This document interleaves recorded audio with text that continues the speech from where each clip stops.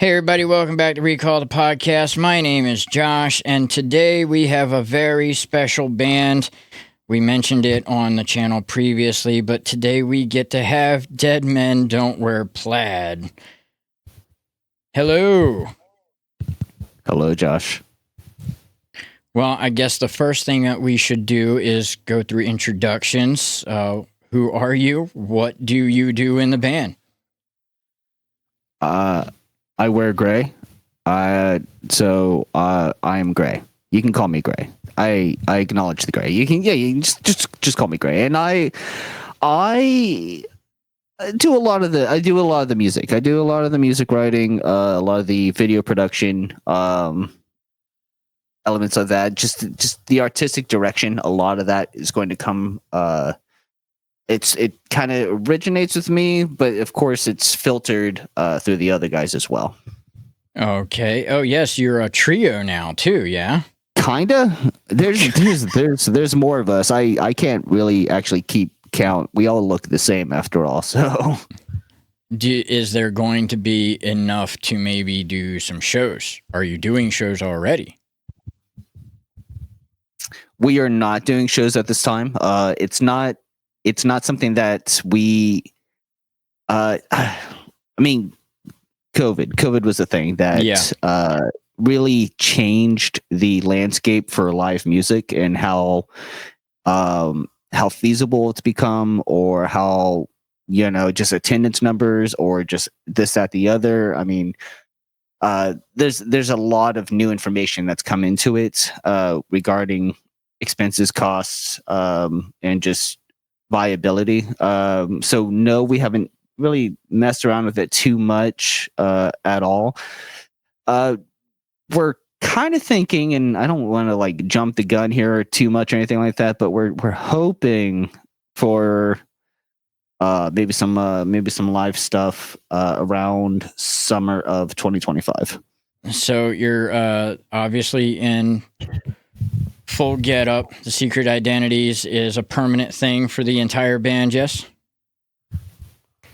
Yeah, I mean it's not like we want to be hidden or anything of that sort. It just doesn't lend, like, knowing and seeing my face doesn't lend to the quality of the music in any way. That's fair. And how long have you been a band? Like, as a collective or your trio or whatnot, how long would you say you've been? We released our first song just over a year ago. Just over a year, and you guys have been doing some really, really cool stuff. I've been listening to quite a lot of it myself. Reset is one that's most notable that I relate to quite a lot. I've enjoyed that. My friends have enjoyed your band. I've been sharing it out for you guys. So that's something. So now you guys all wear the same mask, correct? Yeah, I mean that's kind of the So how do you? It's a little, How do you tell each other apart then? How do we decipher who is who in the band? Well, like I said, I'm gray. I wear gray. Yeah. There's tech. I don't know why we call tech, and then there's scotch. We just call scotch because scotch. Because scotch. Scotch like scotch. I don't know. I don't know what. Sometimes it's just as easy as that. The music itself sounds like it's almost been professionally produced and recorded to the point to where I'm speaking to people that I know that are professionals and saying that you guys have to know what you're doing, like 100% for you to be doing what you're doing right now. So are you self-taught? Are you getting things produced from other people? No, we do. We do all of our own production. The audio stuff in particular, that's mostly my department, where I'll be, slaving over a song for days and days and days and weeks and blah blah blah. I mean, that's like that's really kind, but no, just 100% self-taught. That's crazy. You know, That's crazy. I mean, look. I mean, like. Like, I work with professionals. This is professional grade stuff you guys are doing over there. That's really kind. It's no, it took a long time to be able to kind of get to this level. I bet a lot more than the 2 years that you've mentioned previously, I'm sure. Yeah. No, a lot of years. I started just been working on trying to do audio production and stuff for a very long time, and it's a process, especially if you don't have any real guidance or anything like that. I 100% recommend that if anyone who aspires to do audio production, they don't do it the way that we did. You know, go like what I know now. It took me so much longer than if I had just gone to school for it or learned from, directly from a professional or something like that sort, Fair enough. Fair enough. You guys did a cover recently of Miss Murder. And I do kind of want to talk about that a little bit, but there's also the balance between doing your own originals versus doing the amount of covers. So are we going to end up seeing a good amount of covers from Dead Men Don't Wear Plaid? Or are we going to see more movement into original songs? So we're currently sitting at, as far as what we have released, it's that one cover and then I believe 6 originals currently. Nice. So covers is not, it's not a huge portion of that, like not a huge slice of that pie. Mm-hmm. It's we kind of we didn't really plan on doing it. It wasn't something that we're like, oh, we have to do a cover at some point. It kind of came up as an idea. We said, you know what, let's give it a shot. And also to speak on the value of the production, really helpful to do covers in that same aspect too, because you can. I agree. When you know the song that you're trying to cover, it's just leaps and bounds for the production value of itself. No, we're not really going to be doing a whole lot of covers. We don't. That's not like we have a story that we want to tell, and that's not going to be through nostalgia necessarily. We might throw a couple covers here and there. Like we have a few that are on our wish list, and I keep telling the guys, yeah, I don't know, maybe 2025, maybe 2026. I don't know. It's what's on the short list. What's one song that you would like to cover? We're not setting anything in stone. We're just asking the question. Something that we actually have almost fully recorded and just sitting in the archive is what is it? It's something by The Prodigy. It's very difficult to keep serious with that smile on your face. I'm sorry. It's something by The Prodigy, and I'm trying to remember. I don't think it's Firestarter. And yeah, we put it together. We put it together like about a year ago, and have not really pulled it back up. There's a few things that we want to do. We'd love to find somebody who. A band to collaborate with, primarily maybe to do something like a Killswitch Engage cover. There you go. We range so much within like just the influences and everything of that sort that we want to kind of show a little bit of respect and have that nod towards the stuff that we actively like to steal from when we're writing our own music. So. How about you tell me about Grievance and the inspirations behind it? Because it is the newest song out as of this recording. Yeah, Grievance, we released that on May 31st. That song, what was the huge influence on that one?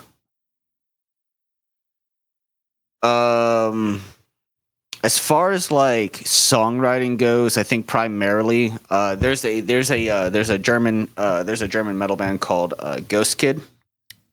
Sorry, I don't that know we that we really wanted to borrow from on some of that. But but spiritually, kind of emotionally, kind of mentally, the song was written after I watched a documentary on Sean Atwood. And to paraphrase a little bit, because Sean Atwood, he's a motivational speaker these days and everything of that sort. But to kind of paraphrase, he was a British investor in the 90s, like kind of like hedge fund and like, stock market and all that kind of thing. And he got really into raves. Got really into raves, and he decided he was just going to quit his job and do raves and like sell drugs. And he's almost entirely responsible for bringing raves and like ecstasy and stuff into from California to like Arizona and like a couple other states, up to the point where he got into a situation with the cartel, and he was pushed out of it. And he said, "You know what? That's fine. I'm going to go and retire. I'm going to live my life." A few years down the pipeline, someone turns on somebody, gives up somebody. Sean goes to jail. He goes to prison, and he is imprisoned in Maricopa County, Arizona, under Sheriff Joe Arpaio. You retained a lot of information from this documentary, dude. Yeah. Sheriff Joe being, he was famously pardoned by President Donald Trump during the presidency. I retain a lot of the, I just soaked this up. But essentially, the song's almost entirely inspired from this documentary of this gentleman who, I didn't get to the best part. He when he was in prison, the conditions were so poor that he found a way to speak about the atrocities through an online blog, and he did it anonymously so that he wouldn't get taken out or punished for it or anything like that. And it was one of the first internet blogs from internally from a prison. And it was just regularly updated and just kind of spoke on the stories. And it was what really brought a lot of the atrocities of the Maricopa County prison system to a national spotlight, was through the words that he was posting anonymously there. And so it's just I don't know, just to go from so with all that was the inspiration for Grievance. No,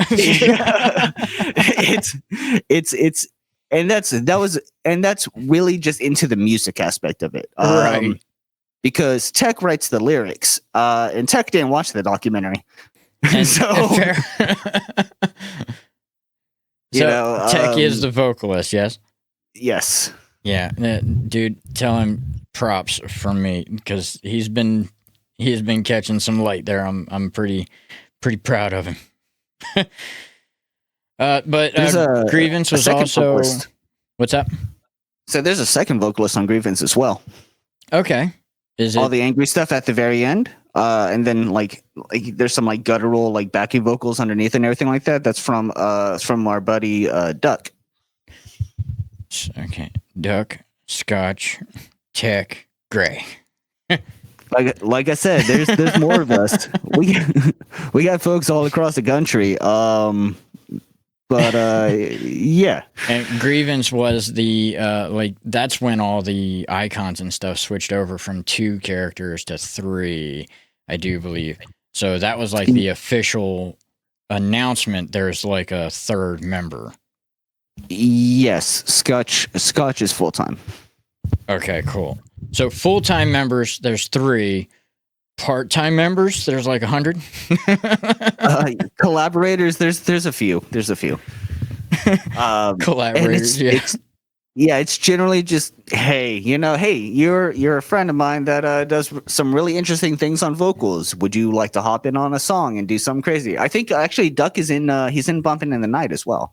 How do you find new people? Is it something that you have to trust that they're not going to tell the secrets of Dead Men Don't Wear Plaid? Josh, if I came to you right now and said, "Hey, would you want to participate on a song?" and in return, you just, don't have to, you just do it and you can see the song grow, but you don't have to have your name out there. We're not going to bring up the name. We're going to do this anonymous thing. We'll get you a mask and everything. You'd be in a music video, but like, you're going to go for it. Like, well, I mean, me personally, I want my face plastered everywhere. And well, it's like not let's do Recall the Moment. Dead Men Don't Wear Plaid collab. I'll be the only face. I'm in. Yeah, I guess that's a good point. Yeah, it's just a lot of the people who do collaborate are just old time friends. We're musicians outside of this. We've been in bands prior to this. We've made friends along the way. What does a typical release look like for Dead Men Don't Wear Plaid? How long, how far is the planning ahead of the song? How long does it take to write the song? Actually, great question. A lot of these songs, or a fair amount of them, were written during COVID. Actually, it was kind of a little bit of a COVID project that sat dormant for several years. Bumping in the Night, for example, was written probably about 2020. Nice. Wasn't released until December 2023. Fine-tuned and all that, but like the core concept of the song was written pretty early on. So we try to have an abundance of material. It's a lot about playing the algorithm game today, right? And having a consistent schedule. So we focus on releasing content, releasing a new single every 8 to 10 weeks. 8 to 10 weeks. Yep, that's usually the recommended. Yep. So we're already planning our next song mid-August, more than likely. And that's when the shorts game starts, right? Like getting all the shorts ready and yep.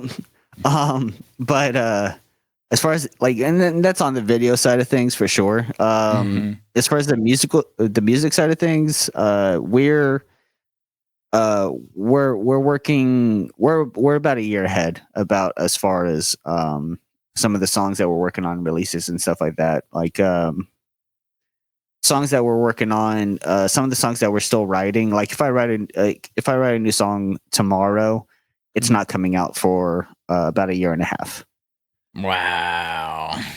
All right. Well, I mean, at least that gives you enough. That's why it always sounds so professional. You're going back and checking everything twice with that. Yeah, I'll write it up, and a couple days before we send it off to the distribution and everything like that. That we'll go through and make sure that it's up to par for where that is, because talents change so much over like a year and a half or whatever. So when we know that we're going to release a song, we'll go back and we'll revisit, rewrite if we have to, remix and all that good stuff. But yeah, no, there's a lot of time that goes into each one of these songs. Do you use pre-saves? Pre-saves or like pre-saves, like the little icon that tells everybody to go get your album before it's out. Oh yeah, I mean we really try to do a strong like pre-save campaign leading up for Grievance, and we even try to like advertise it a little bit amongst our community. And the thing is that I don't think enough people understand how to click the button and get the pre-save, or what the pre-save exactly does. There's a component there that's missing between the actual concept of pre-saving and what the listener is understanding or the fans understanding. Which was actually the next question is, are they worth it?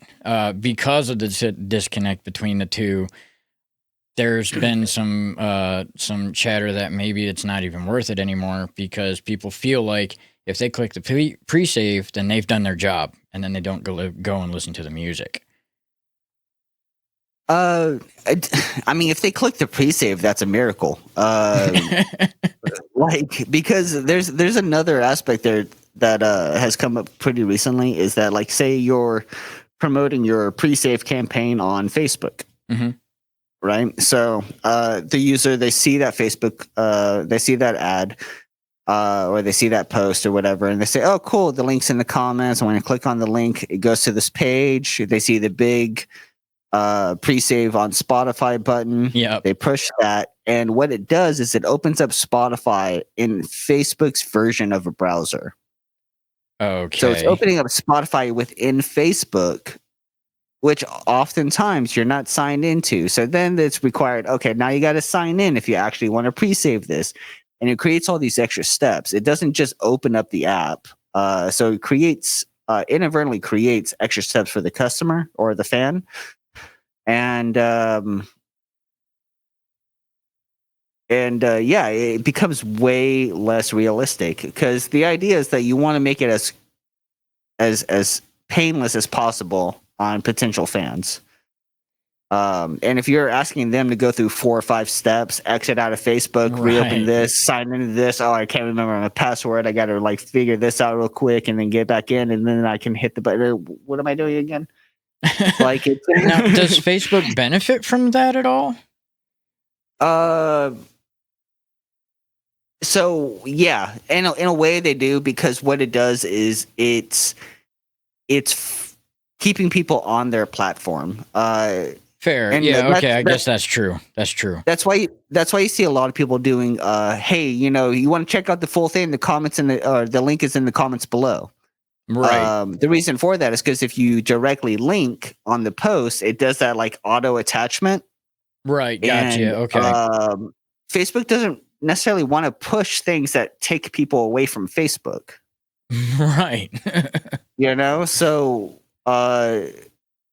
So they tend to do a little bit poorer in the actual like algorithm side of things. That's why everyone adapted to doing link is in the comments down below on Facebook. Because posting up just the link, Facebook doesn't want you to leave Facebook. No, they want you to stay right where they are. So that's no. To answer your question, no, it's really not worth it. The pre-save's not entirely worth it. I mean, I actually really agree with this, but there's a handful of people, talking with me that like think they are like the end all be all. Make sure to put your pre-save in all your shorts. Make sure to get the pre-save on all your posts and blah blah. Honestly, do it. I mean, yeah, sure, do it, but I haven't seen much of a difference using it or not. Yeah, I mean, like, do it because it's available, but like don't expect the world out of it at this point. Like, and this is actually a rather recent change in things, because that redirect was not the same. That like it was different a few years ago. So sometimes you gotta like figure out, okay, are they just in the mentality of what worked a few years ago and they still think that works today? But the thing is that the algorithm is always changing. You always have to be learning how to engage with your fans in new ways that work well with the way that Facebook intends or YouTube intends or whatever. And anybody who claims that they're a master of social marketing and everything like that, they really got to make sure that they're learning constantly, because things move so fast. Very fast. I mean, we are in a digital age after all. Everything is rushing. I mean, like anything that would have taken you a month before is a couple of days. So people can pump out shorts in seconds with AI now.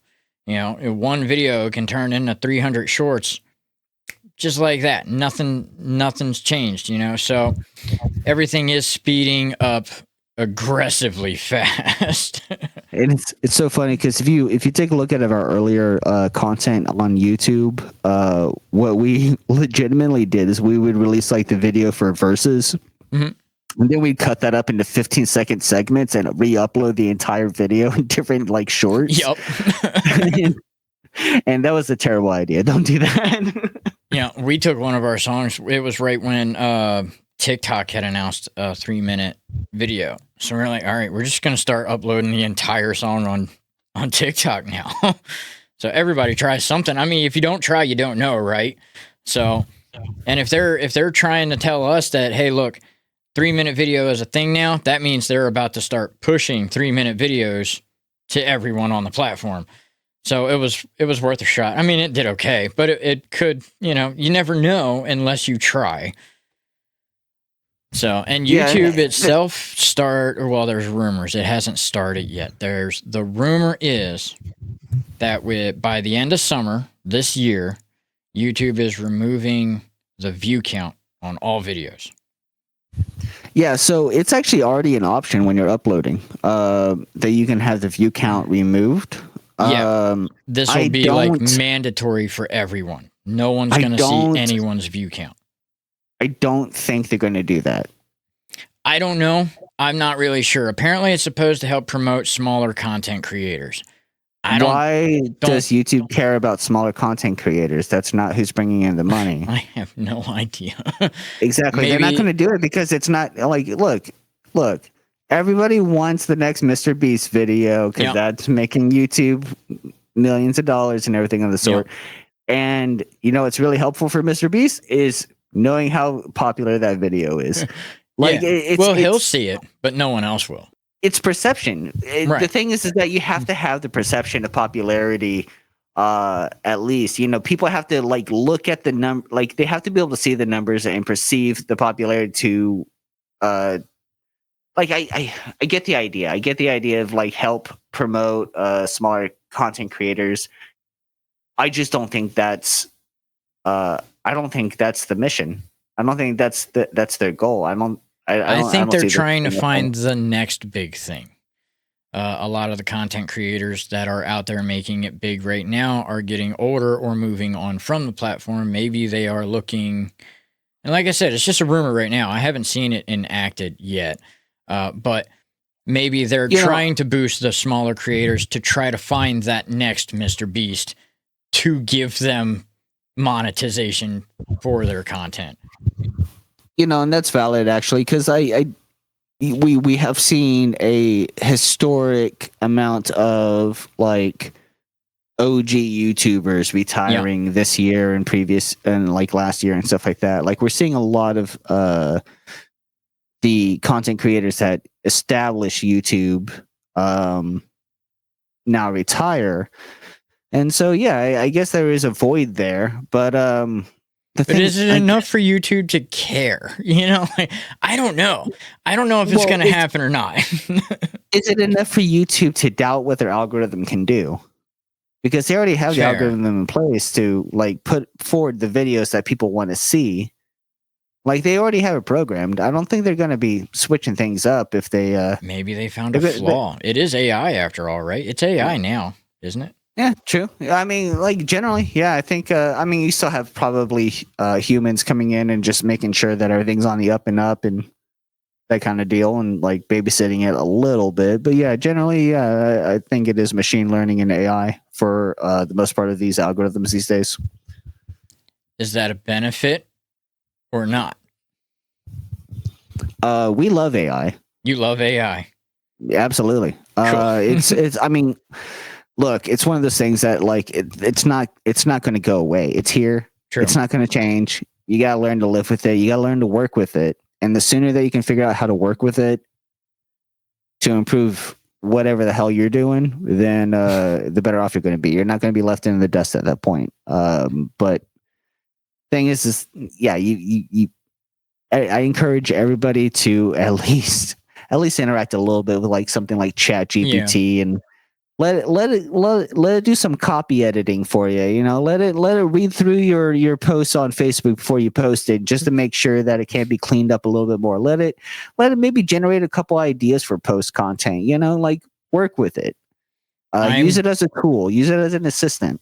I use it, and my wife uses it for a lot of the video editing, but I'm also kind of terrified of it, just a little bit. Because if we do it wrong, we're all screwed. That's just reality. If we do it wrong, we are screwed. Yeah, but at the end of the day, that's not going to be on people like you or me. That's going to come from the dumbasses that actually have the power. I guess that's fair. Yeah. I think we're not humans, and as a whole, are not smart enough to not go beyond that bound. No, we're very much about pushing the limits of every boundary that is set in place. Yep. From every historical aspect in like every event in history to now to the future. It's all about pushing boundaries. Yeah, we're gonna take it too far. Oh yeah. Yeah, this is going to be in history books in 100 years. Well, if there are history books. This is going to be in history books on alien planets in 100 years. Yeah. Written by AI. What are the future plans for Dead Men Don't Wear Plaid? Not to get like too crazy with it, because we are really coming off of this release on Grievance, and it's been doing a lot better than we actually anticipated or expected. As far as like I think like Spotify's picked it up in its algorithm. Nice. So like as of speaking at this moment, it's been out for a little bit over a week, and it's at about 3,500 or 4,000 streams or something of that sort. Nice. And it's kind of picking up, which, I mean, obviously that's interesting and notable because there's been a large conversation about Spotify recently and the public eye and everything of the sort. Yep.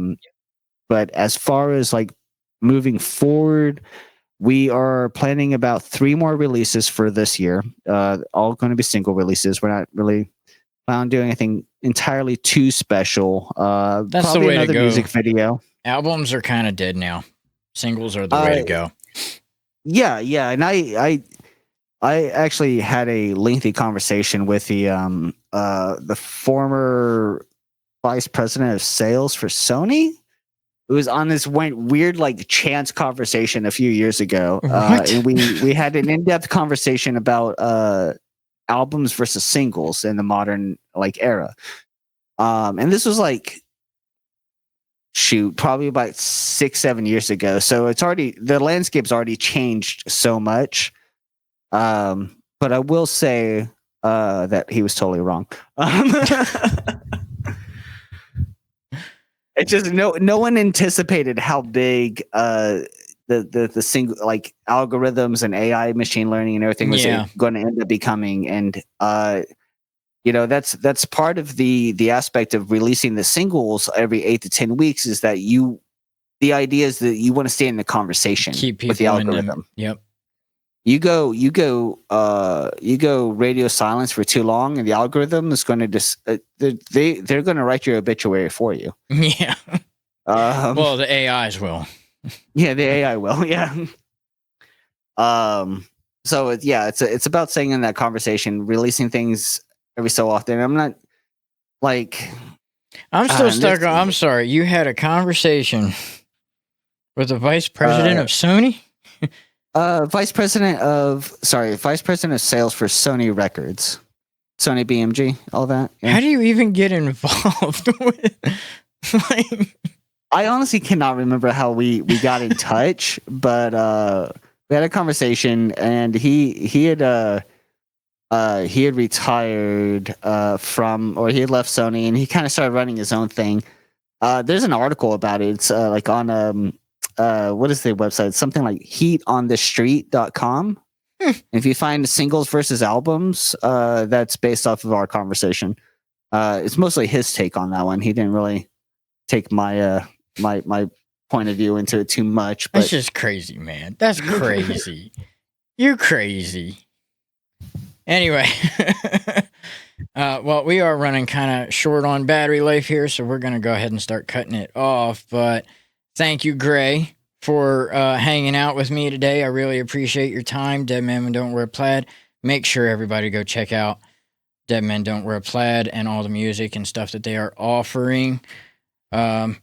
Any final words that you would have for the camera? First of all, go stream Grievance. It's available everywhere. And also, party never stops. Keep on partying till you drop.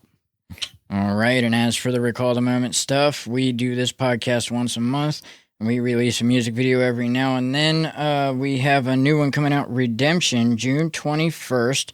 So make sure to check that one out when it does come out.